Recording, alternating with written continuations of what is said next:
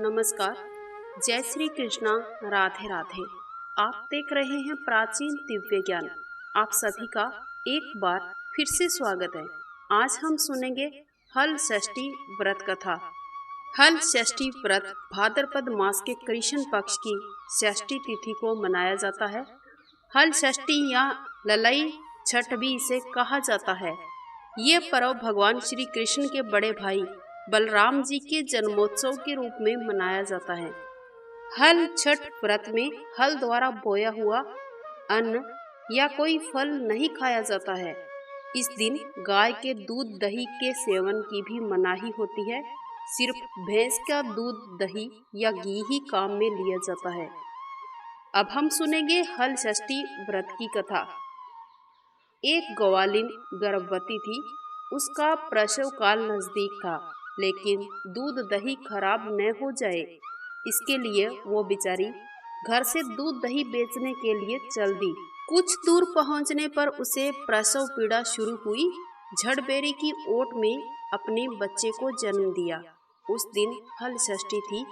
थोड़ी देर विश्राम करने के बाद वो अपने बच्चे को वहीं छोड़कर गांव में दूध दही बेचने चली गई। गाय और भैंस के मिश्रित दूध को केवल भैंस का दूध बताकर उसने गांव वालों को बेच दिया। इस व्रत को करने वालों का व्रत भंग हो गया। इस पाप के कारण झड़बेरी के नीचे उसके बच्चे को किसान का हल लग गया। दुखी किसान ने झड़बेरी के कांटों से ही बच्चे के चीरे हुए पेट के टांके लगाए और वहां से चला गया। ग्वालिन जब बच्चे के पास वापस लौटकर आई तो बच्चे की ऐसी दशा देखकर उसे अपना पाप याद आ गया। तत्काल प्रायश्चित किया और गांव में घूमकर अपनी ठगी का सारा वृत्तांत सुनाया। इस कारण खुद को मिली सजा के बारे में उसने सबको बताया और सच बोलने पर सभी गांव वालों ने उस महिला को माफ कर दिया और आशीर्वाद दिया। इस प्रकार ग्वालिन जब अपने बच्चे के पास पुनः लौटकर आई तो उसने देखा कि उसका मृत पुत्र वहां खेल रहा था। ये थी हल षष्ठी व्रत की कथा। अब हम सुनेंगे गणेश जी की कहानी। एक बुढ़िया माई रोज मिट्टी के गणेश जी की पूजा किया करती थी। बेचारी बुढ़िया का गणेश जी रोज का मिट्टी में विलीन हो जाता। उसके घर के सामने सेठ जी का मकान बन रहा था। बुढ़िया माई सेठ जी के घर जाकर कारीगर से बोली कि भाई, मेरे मिट्टी का गणेश जी रोज का मिट्टी में विलीन हो जाता है। आप ऐसा करिए कि मुझे पत्थर का गणेश जी बनाकर दे दीजिए। कारीगर बोले, हे बूढ़ी अम्मा, जितनी देर में तुम्हारे लिए गणेश जी बनाएंगे उतनी देर में तो सेठ जी की पूरी दीवार बन जाएगी।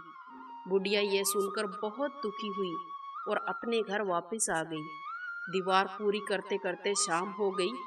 दीवार बनने से पहले ही टेढ़ी हो जाती। शाम को सेठ जी घर आए तो पूछा कि आज कुछ काम क्यों नहीं किया। तब मकान बनाने वाले कारीगर बोले कि सामने वाली बुढ़िया आई थी और हमें पत्थर का गणेश जी बनाने को कहा, लेकिन हमने नहीं बनाया। तब से ये दीवार पूरी हो ही नहीं रही है। तब सेठ जी ने बुढ़िया माई के घर जाकर कहा, हे बूढ़ी अम्मा, हमारी दीवार सीधी करवा दो, हम तुम्हें सोने का गणेश जी बनवा कर देंगे।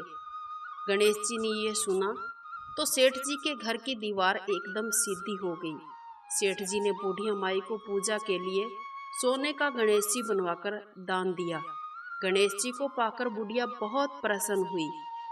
हे गणेश जी महाराज, जैसे आपने सेठ जी और बुढ़िया माई पर कृपा की, वैसे आपकी कथा कहते और सुनते सब पर अपना आशीर्वाद बनाए रखना।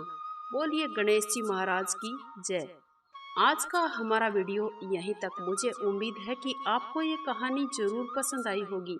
अगर अच्छी लगी है तो जाते जाते इसे लाइक कीजिएगा, शेयर कीजिएगा। इसके साथ साथ हमारे चैनल को सब्सक्राइब नहीं किया है तो सब्सक्राइब करके बेल आइकन अवश्य प्रेस कर देना, ताकि आने वाले हर एक वीडियो का नोटिफिकेशन आपको सबसे पहले मिल सके।